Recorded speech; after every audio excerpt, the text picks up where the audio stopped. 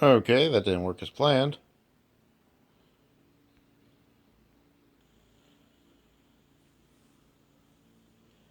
That was weird. Okay, guys, let's talk about this. Call of Duty. Um, have you guys been able to see the new trailers?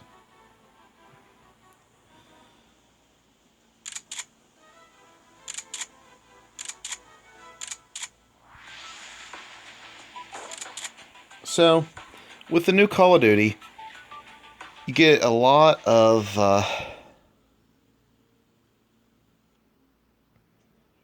well, that doesn't work very well. Let's look at something else. It's like, ooh.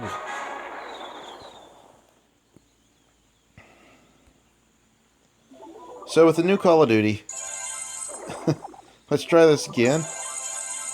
I have something to do while we take a look here. Okay, there we go. We're collected on everything. Now, I don't know about you guys, but the new Call of Duty seems a little bit... Oh, that's what I'm looking for. Rehash. So yeah, it's a rehash. And you're kind of wondering like, hey, well, what are we doing with this rehash? Is it like Call of Duty 2? The original one for Xbox 360? Because personally, I love that game, and I used to play it religiously. It could be on ps4 also. I have a feeling this time, DLC is going to come out on ps4 first. Just a key feeling here. Just a key feeling here. I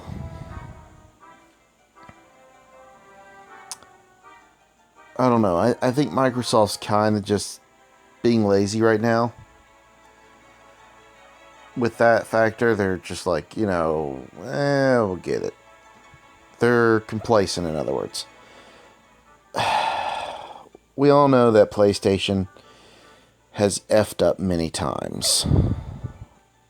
And we know Microsoft's effed up many times. But here's the key difference.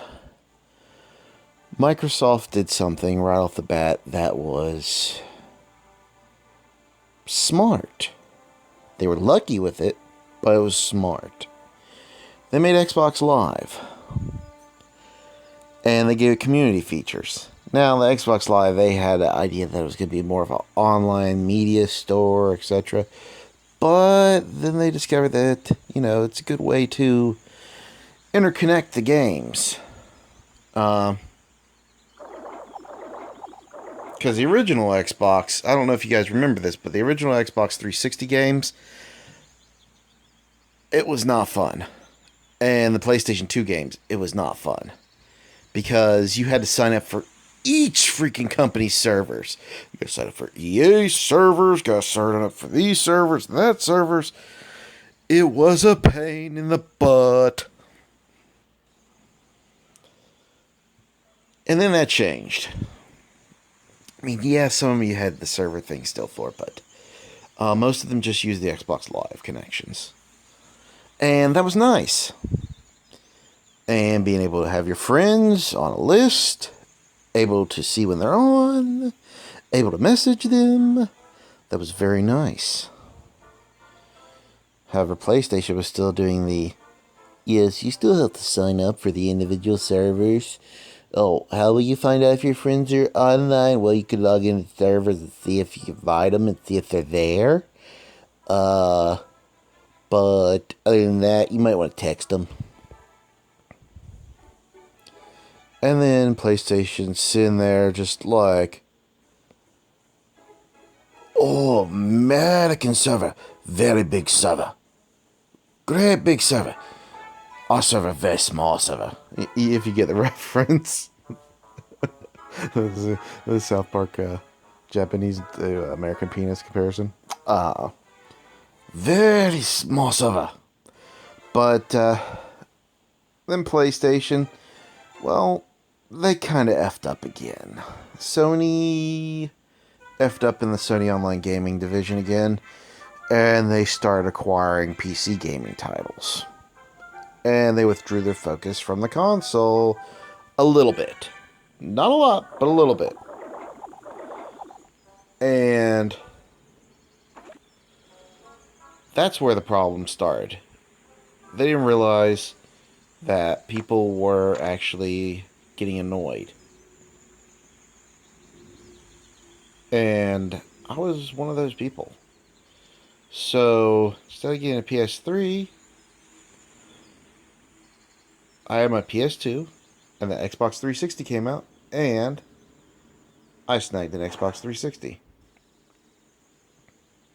So did a lot of people. A lot of people did that. And it was a smart thing to do. Let's face it, the PS3 was kind of just like, it's got some specific titles. And we were all like, oh yeah, these titles are pretty good. But then when you got to the titles, it's like, Xbox 360 is getting stuff first now. And then that kind of continued into Xbox One. And it really was until about halfway through Xbox 360's life cycle that Sony Online with the PlayStation Online got better. And that was pretty much middle to end of the PS3's reign. Now they have the stuff where you get to do the games with your subscription, just like Xbox. But here's where Xbox has won again. They've constantly fiddled with the interface. And by fiddled with it, I mean the Xbox One interface was alright, but you had to do a whole lot of scrolling down. And then you had all the other pages. Some of the pages is stuff that people don't really use that often. And they didn't give you the option to, I don't know, sort them, move them. That'd be a good idea, you know, like, do I want to see all my friends' gaming achievements as the very next page? Maybe I want to see the store. You know, kind of order them. But then what they did is, it's like, oh, a couple years later, let's change the interface again. And all these people that were used to insert keys are now hitting keys, and they're like, this is not what I wanted. And frankly, that was a lot of people. A lot of people did not like that change.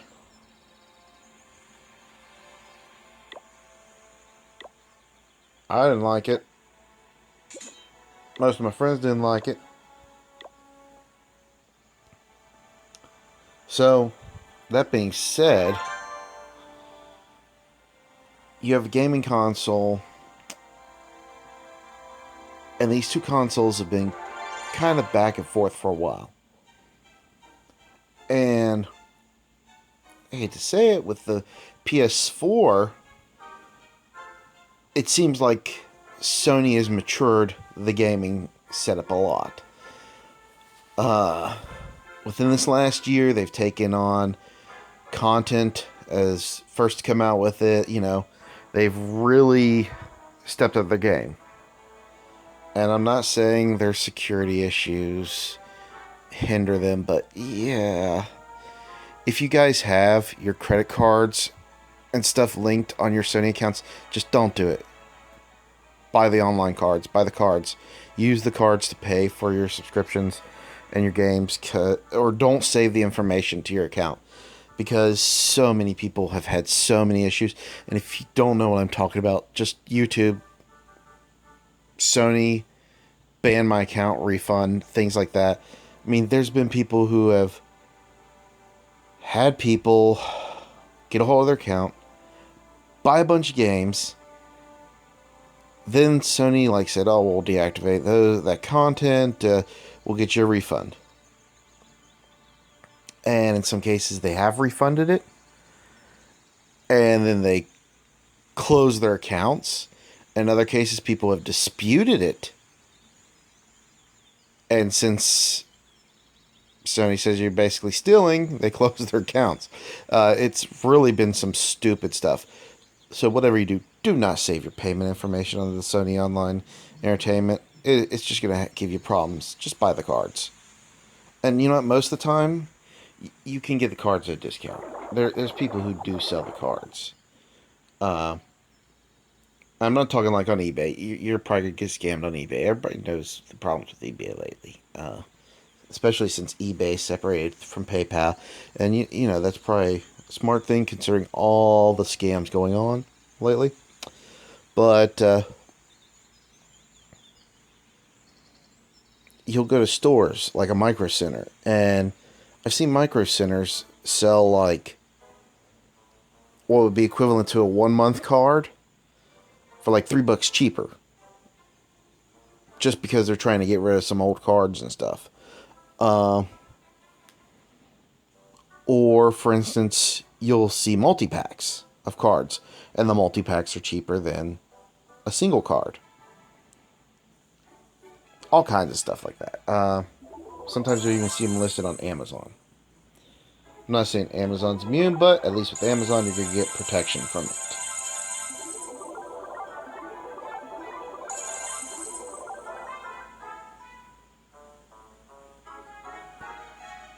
Now, with your newer games like the new Call of Duty, will I be buying digital or will I be buying a hard copy? Now, with games, I'm going to put it this way. They're games you know, the hard copy will always be sought after, and the digital copy will not be. Madden. Does it make sense to buy a hard copy of Madden? No. No, it doesn't. Because every year there's a new version, and everybody plays the bejesus out of it for a couple weeks, and then pitches it to the side, or takes it back into GameStop, and GameStop says, "Yeah, Madden, yeah, we'll give you $3 for it." Why $3? It's only been out 2 weeks. Yeah, we already got 100 copies in. That's pretty much how the Maddens go. So anytime you can save money on a copy of a Madden or something, just do it. Or one of the NBA games. Basically any of the sport games. FIFA, Madden, NBA. Actually, FIFA, you will get a lot more for it. For some reason, the FIFA tends to have a better resale value. I just think people like to play the FIFA. And it's not a huge US demographic, but the FIFA has good replay value. It's, you know, just one of those games that people will pick up and continue to play. I'm not a FIFA person, but it's always pretty good from what I see. Call of Duties. Now, with Call of Duties, the digital version, let me put it this way. When you digitally download the Call of Duties, it's not like you could really let a friend borrow it or whatever. And I hate to say it, but plain and simple, there's going to be a chance in the future where you're sitting there like, hey, you know what? I want to play the old Call of Duty 2 or something like that. Now, you're looking like, I still got the disc. Sure, let me pop it in. Let's play it. But, say for some reason, you know, and I've had this happen. I have had it happen. You get your account banned. And I'm not saying I've had my account banned. My account's been around since the freaking Xbox 360 came out. But I'm saying you get your account banned. You've lost content. I've lost content without even being banned. I had, what was it, two games. Two games where just, for some reason, all the DLC content I bought for them showed up as not being purchased. Even though they were on my hard drive. As far as Microsoft's concerned, no resolution on that one. I don't know how it happened. I mean, I literally have the freaking files on the hard drive. And, sure as anything, poof. And I'm just like, really? Jeez Louise. So, what's to say that can't happen with the whole game? You know, I pay $70 for a game or something, and then all of a sudden, poof, you don't own it anymore due to some glitch in the Matrix. I don't want that. People are like, but I don't want to have to insert my disc. Most of these games, you don't have to insert the disc anymore after you buy it and install on your system. Some have the option to just do full install to your system with the disc. But having that disc gives you that option. So I'm a big believer in getting a disc for games that have replayability. Games you know you will replay and that tend to be popular. Copies of Battlefield, copies of Call of Duty, Bioshocks, Fallout. Because I can tell you this, it will be 10 years from now, and people will still be playing Fallout 3 and Fallout 4 and Fallout New Vegas. Because there's still people who try to get copies of Fallout 2. Heck, they still sell the Fallout packs. And your disc will always be worth something. Not a ton, but something. With the Bioshocks, the Fallouts, the Call of Duties, maybe excluding this last one. And not the one coming up. I mean the last one that just came out. Space, the Final Frontier, Call of Duty. But plain and simple, there's going to be those games that are always going to be played, and people are going to like them. They almost become classic. They're usually also the games that go platinum. And that's the ones that also go cheap. So you're like, oh, but it's going to be cheap. I'll never be able to resell. Here's the thing. If it goes platinum, those are $20 games usually. And even in the markdown bin, they're like $10. At least $10. So let me put it this way. If you get 5, 6 years, 7 years out of that disc down the line, and you're like, oh, I just want to sell, you pop it up online. You pop it up on eBay or something. It's probably going to go for at least $10. I mean, you can't say that about the digital download, and you definitely can't say that about friggin' Madden.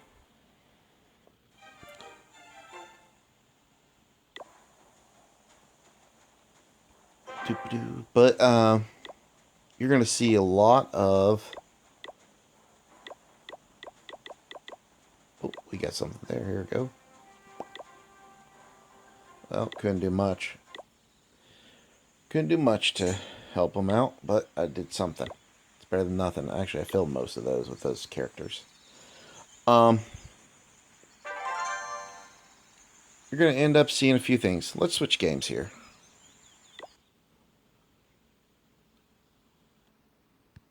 Most people are like, oh, that's pretty slick. You can actually go in and out without your recording stopping. Yes, I do like being able to do that.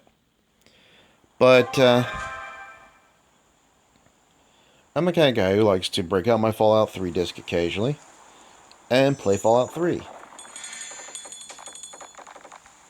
Ooh, what we got here? Alright. I know there's a lot of you guys out there who are the same way.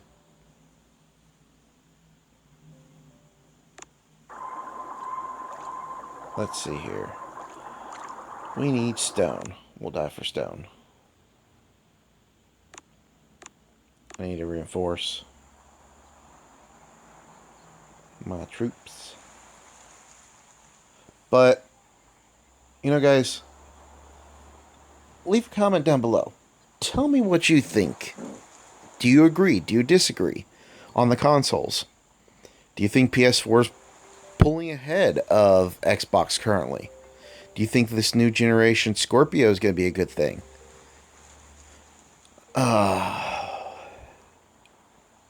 Do you think it would be nice if these game consoles made it to where they had hot swap parts? And what I mean by that is a basic board where you could swap in a video card or swap out in and out processor and RAM. Kind of like a PC. Because we know that those components would be a lot cheaper than PC components. Because when you figure the average console is about sub $500, you're looking at maybe $100 per thing. $100 memory, $100 video, $100. And, you know, you can kind of go back and forth between them. It's like, yeah, but the games, they're going to have, like, requirements and stuff like that. But no, if it's all based on the core game values, all they really have to do is integrate higher resolutions and different features so you can checkbox, say, for instance, extra RAM available, higher CPU available, higher video setting, you know, like have tiers where you just go through your settings and, you know, maybe they have them color coded like red label RAM, blue label processing unit, green label, you know. And it's like, all right, and it customizes the game experience to you. So you'll have guys with like, I got a gold label processor, gold label RAM, and gold label memory. Let's see how it runs. I could see that. That'd be slick if gaming consoles were like that. Do you agree or disagree on that one? What do you think? Would you like to see something like that where you could have a console where upgrades you could do $100 at a time? I think that would be a good idea. I mean, would it be bigger and clunkier? Yes. Because there's no way you can get those parts and cartridges in there without doubling the size. It is going to be the size of a big old Xbox One with maybe a couple inches added on. But you know, if they had some cool lighting to the outside of it, you know, like some RGB you could select, that might be worth it just to, you know, be a nice showpiece next to the TV or underneath or whatever. But this new Call of Duty, are you guys getting it? Is it something you're looking forward to? Are you currently enjoying Battlefield 1? Or are you currently enjoying the current Call of Duty, Space, the Final Frontier, if you know what I mean? Oh. Sirens. But yeah, you guys. Hopefully, there's something you'll enjoy with this upcoming generation. And hopefully you'll get a chance to see the same thing I do in the current Call of Duty coming up. But you know what I would suggest? I would suggest playing some Call of Duty 2.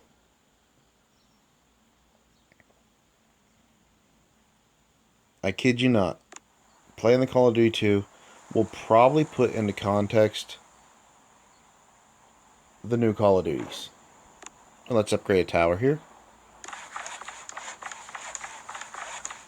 And I'll give you an idea if it's rehash or not. Guys, if you enjoyed this, please leave a like down below. Please subscribe. Subscribe for more content. This conversation, there's a little bit of conversation between us. And I hope you guys like this kind of like filler background playing a little mobile gaming. But yeah, I was just wondering if you guys had any opinions and what you think. A little bit of a rant here. But then again, I don't know if you guys like this. So if you do like it, please leave a like. Please subscribe for more. And we'll probably be streaming some here in the upcoming day or so. And if there's anything in particular you would like to see streamed, please comment down below. And any ideas you have down below. Last few things have been PC streamed. We're probably going to go ahead and stream some more Xbox content here. Xbox One content, that is. I will catch you guys later. Megabit Gamer, signing out.